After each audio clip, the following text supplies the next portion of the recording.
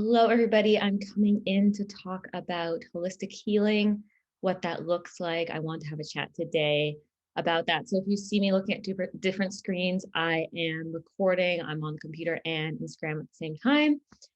But I want to come here and talk about the pillars of holistic healing, what that actually means, um, and yeah, really diving into discovering what's underneath that. Because I think a lot of the time this word is thrown around a lot.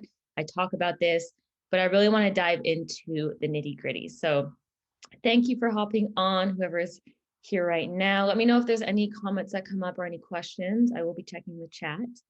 But yeah, let's just dive into it. So the pillars of holistic healing. One of the posts that I posted recently was you can't force healing, you allow healing. And so we're going to tap into what this means on a deeper level. But this is not just like health, this is really any area of growth, of expansion, of healing within relationships, even money, obviously physical health, all of these sorts of things. And so we can't really control this, especially when it comes to like the body's ability to heal. You can't force it. You can't force it onto your own timeline or even like manifestation, attracting things that you want. But a lot of the time we get into this controlling, like this needs to happen by this time. If it hasn't happened yet, I mean, something's wrong with me. This is not working, etc. And so this is the ego. It loves to find lack and all of the reasons why it's not working, etc. Especially when you're getting outside your comfort zone, you're doing something different. It loves to keep you inside the comfort zone. And so this is where we can shoot ourselves in the foot, especially I see this when you have like a result that you want. Let's take like physical health, whether that's weight loss, getting your period, whatever. We can get really caught up in the timeline. Like it needs to happen by this time. And then if it doesn't, we get into the scarcity and fear and stress. And this actually delays that even more. And we're going to talk a little bit more about that. So when we're in control, we are focusing on lack. We're in the ego, we're in the mind, we're not open to possibilities. And this is scarcity driven. And this is where we will be living in a stress state. And we're going to be talking about stress, but stress does not allow for healing. And so when you think about the things that you surrender to, this could be so many different things in your life, like your heartbeat or wound healing when you get a cut, your immune system, skin turnover, etc. And even things like maybe some things that usually work well for you, like maybe you've never really had many problems, or maybe relationships are something you've never really like worried about that much, or maybe your physical health. Like we all have an area that we try to control more because it doesn't work as well, quote unquote. And we also have areas that we like kind of surrender more and we're like, yeah, this goes well for me kind of thing in general. And so when you think about that, or even about the things that I mentioned, it's usually like pretty flowy. Like it's not stressful. You're like, yeah, I mean, I don't stress about my heart beating or whatever, right? And so this is what surrender looks like. And so when we're in that control energy, it's the opposite. And so obviously we do have things that we can control, like your environment, your choices, your thoughts, your habits that allow for healing. So we do have control over many areas of our life that allow for healing to happen, expansion, growth, etc. But we don't do healing. So that's the difference. It's like when we are in this ego of needing to do, needing to control, this is this doer energy. We allow healing. So that's more of this surrendering. That's more of the feminine. And so today I want to kind of break down the pillars when it comes to holistic healing that are really important to take into account. And this is what we dive deeper into inside of my one-on-one program. So the first one that's really influential is environment. So you cannot heal in the same environment that got you sick. I think we've all heard this before, but it is true. It's kind of like the fish tank where it's like, is it the fish that's sick or is it the fish tank that's dirty? Like we want to look at our environment. And so the conventional approach to health is keeping us sick and miserable. And it's actually normalizing, you know, when you grow older, you just feel shittier and you have all of these problems. And being a woman just means PMS and you got to suffer. And making money is so hard, and et cetera, et cetera, et cetera. All of these things are normalized. But is normal actually normal? And so if you've ever had like issues with your health and, hormones or PCOS and things like that, this is something that's very common to hear. Like, oh, my tests were normal and they said I was fine, but I feel like crap. And it's like, that's not normal. Like, you're not supposed to feel like crap. And I think that's normalized as well. Like, it's supposed to be so hard and all of these things. And this is actually something that's very much addressed in the new book, The Myth of Normal. And something that I haven't read it yet, but I've heard a lot about it. I've heard podcasts about it. And this is really about like living in a toxic society, and where a lot of these things are normalized and then we think something is wrong with us, etc. So we want to look at what is normal and what is normalized. Is that actually normal? Is that what we want our normal to be? And so when we look at the environment, we also hear a lot of the time that we become the 5 people we hang out with the most. And this does have truth in it because we normalize what is the norm. So if you look at your finances, your health, your happiness, your fulfillment, your relationships, I almost guarantee that they will be similar to the people that you hang out with the most, whether that's your family, your best friends, whatever, coworkers. Oftentimes they will be very much similar. And so this is something to take into account, because if, we're not really inspired, or we don't really see that anything else is possible, then most often we won't even try for anything else, because we're like, well, that's not possible. Or like maybe you're from a small town and, not a lot of people really try to go after their dreams or whatever. And it's like, well, that's not possible here. So it's really important to look at who are the people that you're surrounding yourself by. And so when we look at normal, it's really normal state is health and abundance. And because the universe doesn't know lack, it doesn't understand lack, this is the mind that creates lack. We are creating lack. And so lack and scarcity and sickness is really normalized. And we are conditioned to believe that health and wealth is not normal. It's judged, it's difficult. It's this like, you got to work hard to get there. But it's actually a state of like our normal state.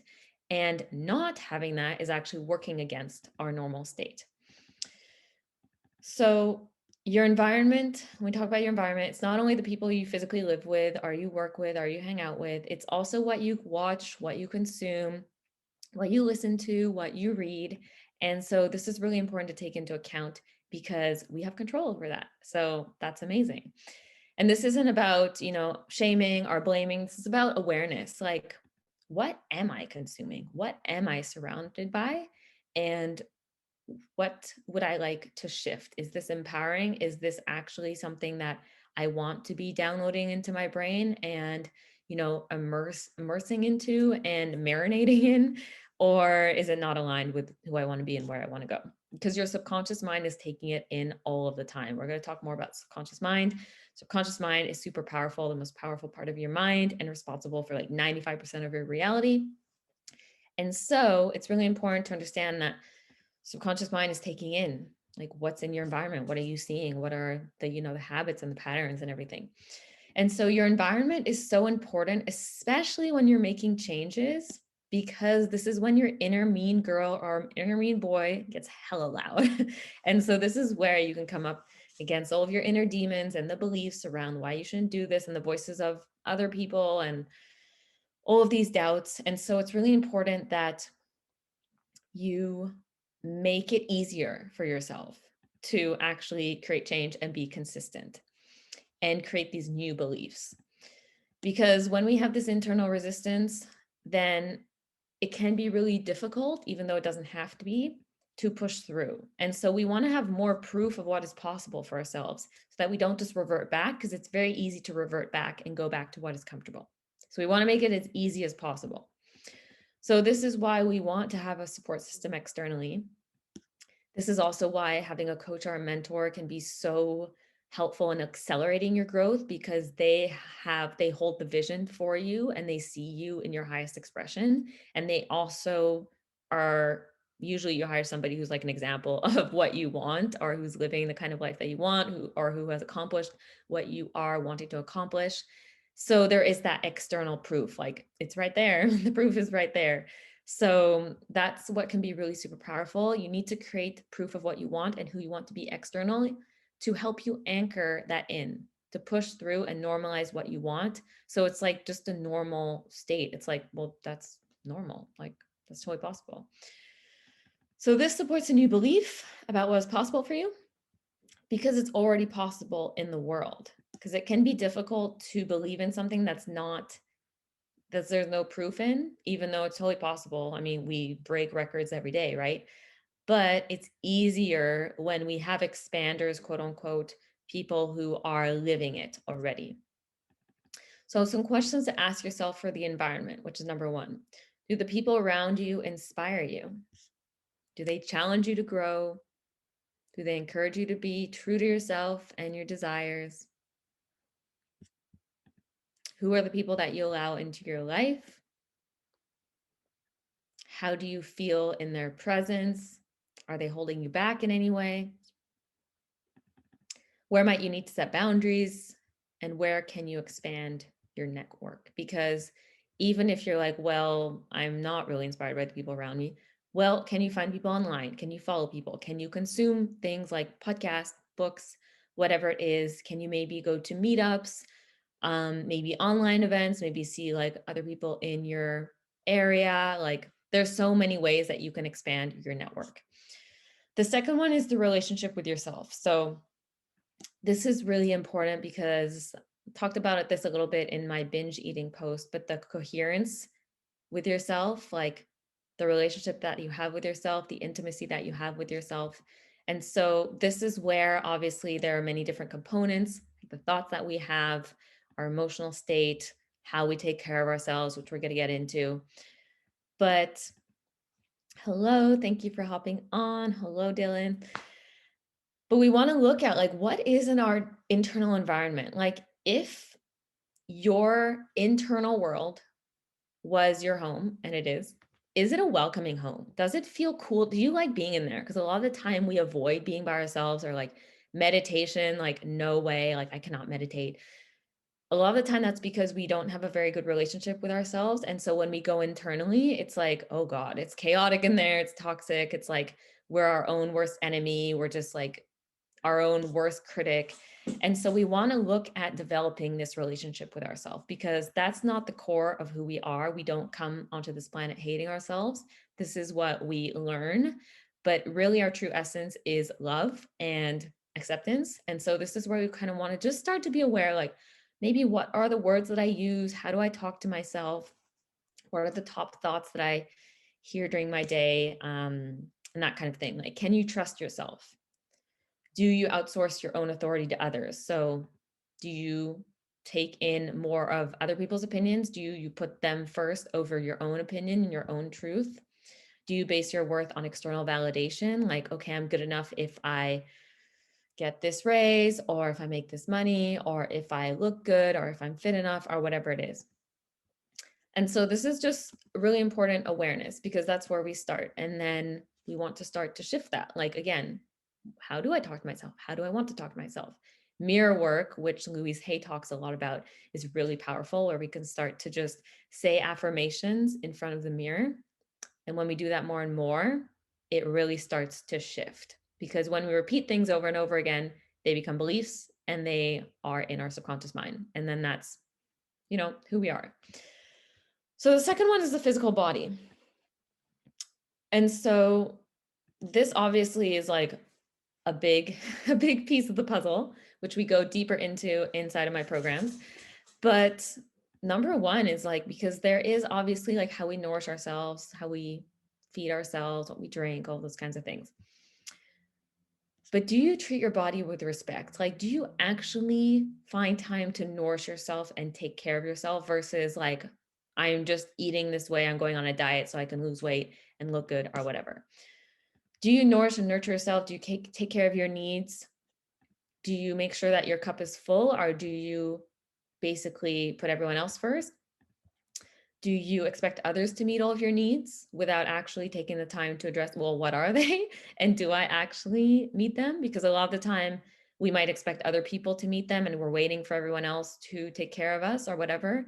And then we actually don't really know what we need and we don't do it. Like we need to do it first. So that's a big part. Do you take the time to meet your needs?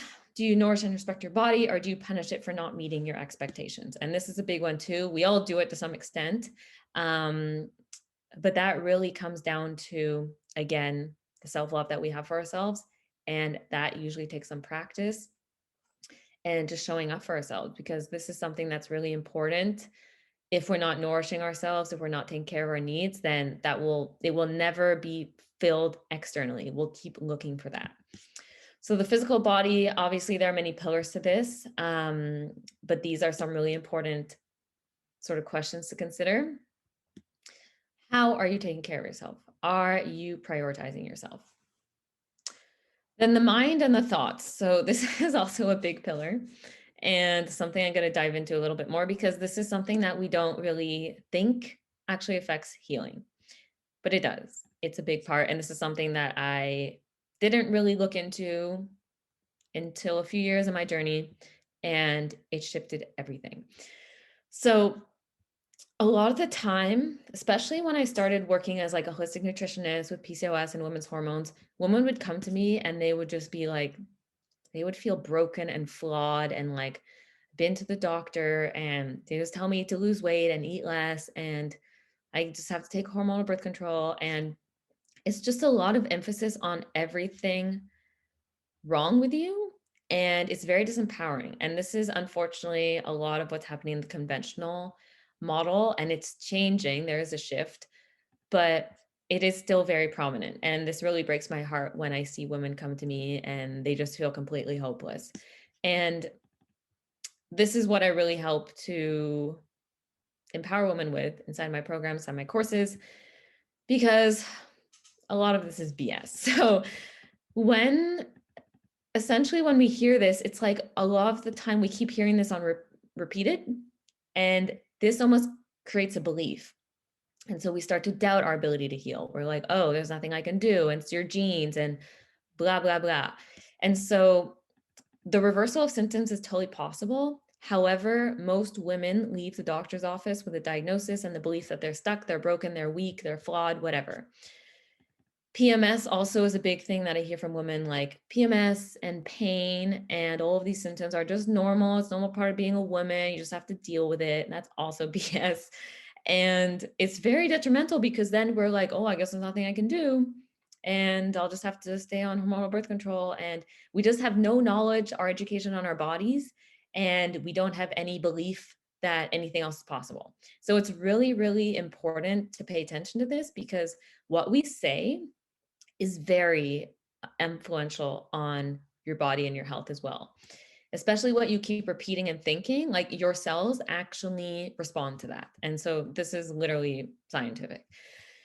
So we want to empower women with the right education on their bodies and that they can actually heal. Like your body is actually meant for that. Again, scarcity, lack, illness is not our normal state. It's actually the opposite. And so we want to let go of that. We want to reprogram, recondition, decondition. So whatever you think repeatedly in your mind becomes a belief, and it lives in your subconscious mind. And so the subconscious mind is the part of the brain responsible for healing in the body. And it has the blueprint of your body in perfect health. And the subconscious mind is responsible for 95% of your life. An estimated 95% of our thoughts, emotions, and behaviors happen without our conscious awareness. And so this is like on autopilot. And so your subconscious mind controls all of the vital processes of your body. It contains a blueprint of your body in perfect health, and vibrant health is normal. And so if we don't have that, then it means that there's programs that are running in opposition. And so this is what we may learn growing up, as a child, in society, etc. And so the subconscious mind takes whatever we think as the truth. It's just responding to you, it's serving you.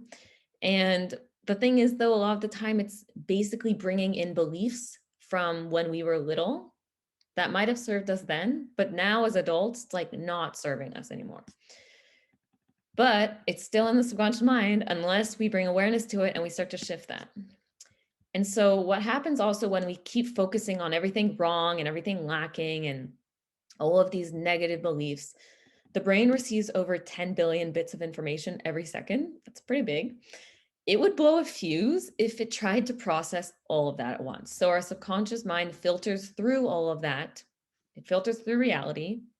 Basically, we're looking through our glasses and they filter. So this is why we all see the world differently. And so it brings what is relevant to the conscious mind. It will sort through reality based on your beliefs, your values, your identity. And the conscious mind then receives 2,000 bits of information every second. So it filters it down. So you're actually leaving out a lot of information out there and reality and possibilities because it is filtered through your glasses. And so most of what we're taking in is unconscious, like we're not actually aware of it. And so it gets filtered by our identity, our beliefs, our values to bring to you what is most relevant. And so this is often like when people say like, oh, I'm looking for this type of dog, like a husky. I see them everywhere. Or like, I just bought a new Jeep or I'm looking for a Jeep. And I'm like, all of a sudden they're everywhere. Like I've also experienced that. We've all experienced that. And that's because the RAS, the reticular activating system in the brain, is filtering through the world to bring to you what is relevant, what it thinks is important to you. And so we want to actually become aware of like, well, what do I keep telling my brain is important? What are the stories that I keep telling myself? If you believe that you're never good enough, that the world is going to shit, that your body is flawed, etc., your subconscious mind will filter the world in accordance with those beliefs.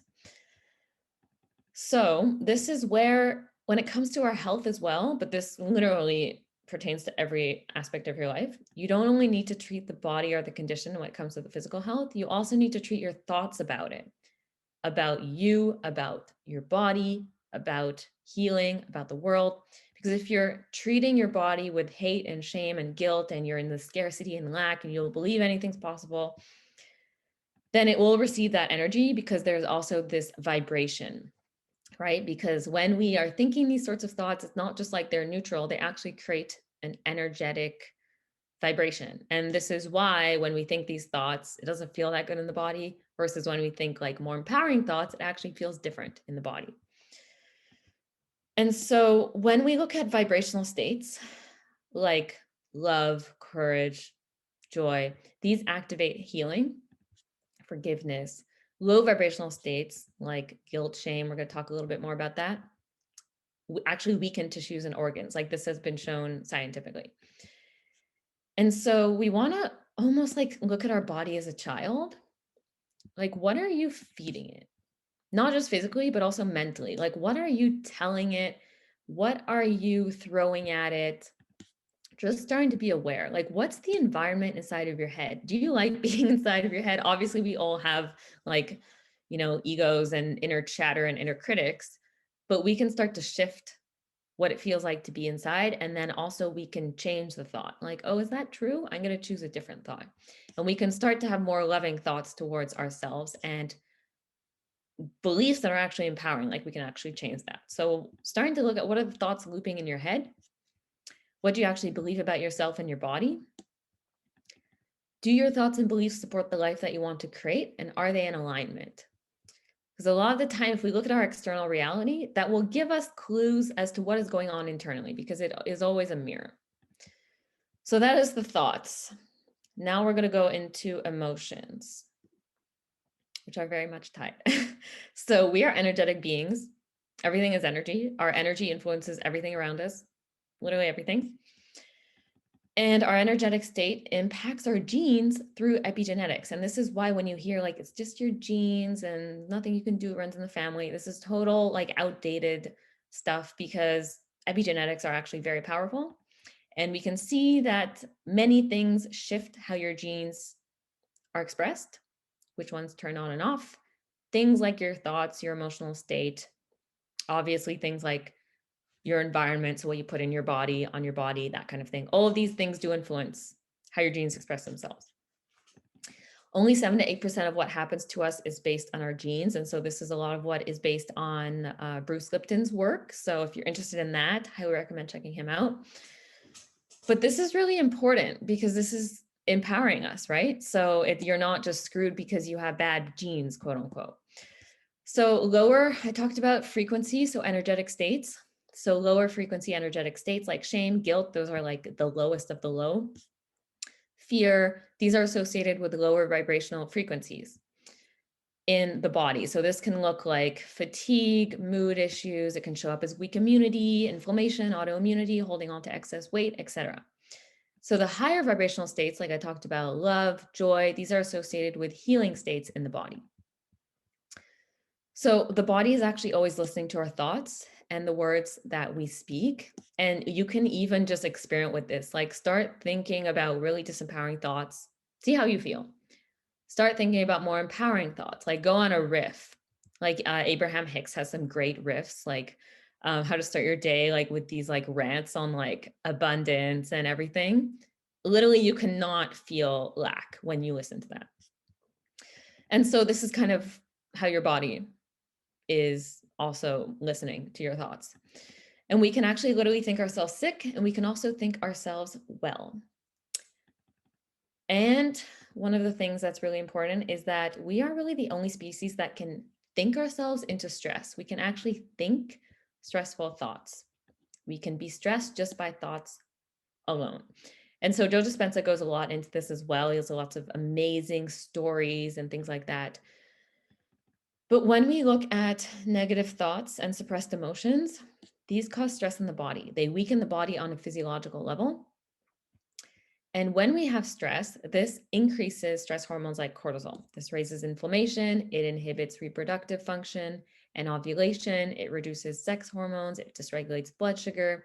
And so stresses can be like so many different factors, like chemical, physical, emotional, mental. But a lot of the time, most of the stress that we are experiencing is perceived stress. So it's actually what our mind is thinking, the thoughts about what is happening, about the situation, about ourselves, about the world, and less about what is actually happening. And so this is where we can actually put ourselves into a stress state just by thinking. And so when an event that triggers your fight or flight response occurs continuously, and this can literally just be from our thoughts, the energy is not expressed and the energy is repressed. So a lot of the time, especially when it comes to like stress and we're just pushing it down, or we got to work through it and we just got to avoid it and we got to hustle and we're just avoiding it and we're avoiding these emotions, that energy is not moving. It's stuck in there. It's kind of like when we're eating a lot of sugar and then we just have to stay seated at our desk, and that's a lot of energy in the body, a lot of sugar, and it needs to go somewhere. So it gets stored as fat, versus if we are moving, then it gets used for energy, right? Same thing with energy. When you continuously suppress your emotions and you don't actually release, it's like a pressure cooker. It's it's under the surface. And that is energy that is being shoved down inside of you.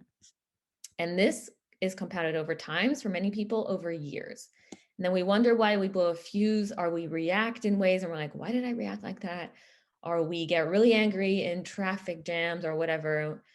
And we can also see this come out in physical symptoms.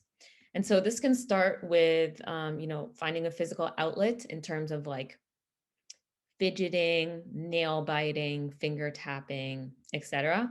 But then if it persists, it can actually come out as like bigger, like this energy becomes bigger, and the tension can show up as many different things. And this can be stress, tension in the body, preventing relaxation of the muscles, hindering the immune system.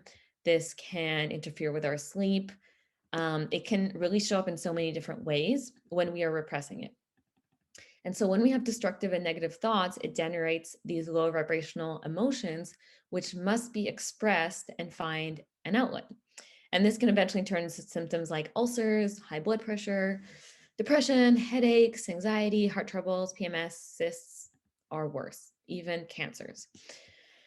So it's all feedback that we're getting from our bodies when we're getting these symptoms. And we always have a physical component to it, a mental and emotional and spiritual component.